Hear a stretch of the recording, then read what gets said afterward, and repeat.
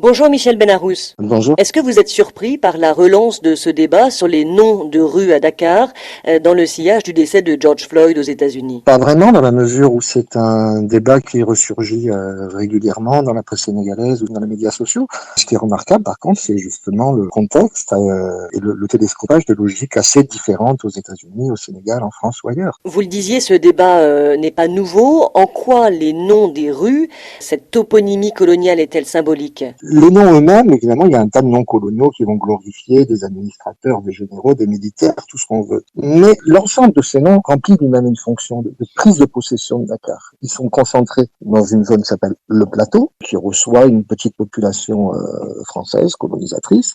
On ne trouve ces noms-là que au Plateau, qui représente à l'heure actuelle environ 3% de la population.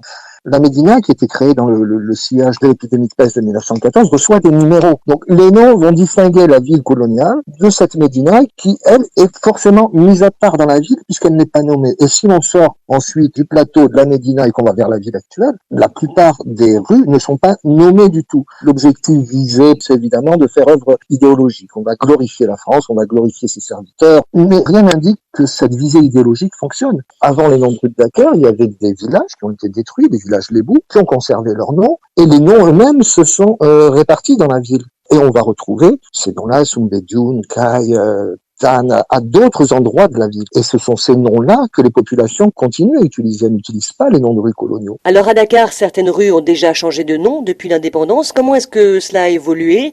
Et quelles ont été les politiques des autorités successives? Les premiers changements de nom ont eu lieu sous Senghor. La place Protet a été rebaptisée place de l'Indépendance. Gambetta a été rebaptisée Lamine. En même temps, il n'y avait pas forcément volonté de rupture, puisque Ponty, qui était un gouverneur colonial, a été remplacé par Pompidou, par ce même Senghor. Les premières renominations fortes ont été faites sous Abdou Diouf, et elle s'est poursuivie ensuite sous Wade ou à l'heure actuelle. Mais la chose la plus remarquable là-dedans, c'est pas tellement le nombre de rues qui change, c'est qui a le pouvoir de nommer, qui a le pouvoir de changer.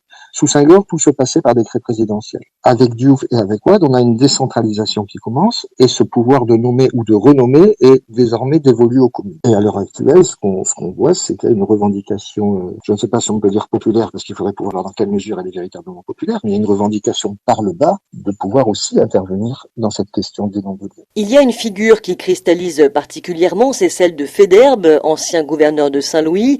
Il y a sa statue, un pont à son nom. Qu'est-ce que vous pensez de ces appels à déboulonner cette statue? Faidherbe est d'abord un point de fixation dans un débat qui est beaucoup plus large. La question de fond, c'est le modèle commémoratif. On parle de Faidherbe, mais on pourrait parler de Jules Ferry. La rue Jules Ferry à Dakar, c'était ce Jules Ferry qui, à la Chambre des députés, parlait d'un devoir de colonisation des races supérieures sur les races inférieures. Ce nom de Ferry est peut-être au moins aussi significatif que celui de Faidherbe. On peut aller beaucoup plus loin. On a gardé les plaques bleues, les lettres blanches sur fond bleu. C'est aussi une présence coloniale qui reste dans la ville. Ce qui est drôle à Dakar, c'est qu'une des rues qui pose absolument pas problème, c'est l'avenue de la République. On la conçoit tous comme la République sénégalaise, alors que cette avenue de la République, c'était très clairement au moment de sa nomination la troisième République française, qui était la République colonialiste par excellence. À titre de comparaison, Michel Benarous, comment est-ce que cela a évolué dans d'autres pays du continent? En sciences sociales, on a l'habitude de comparer Dakar à Nairobi. Nairobi, la capitale du Kenya, étant le modèle absolu de décolonisation des noms de rue. Ce qu'on remarque, si on rentre dans le détail, c'est qu'effectivement, tous les noms qui célébraient la colonisation britannique ont disparu, mais ils ont été remplacés à l'époque de Kenyatta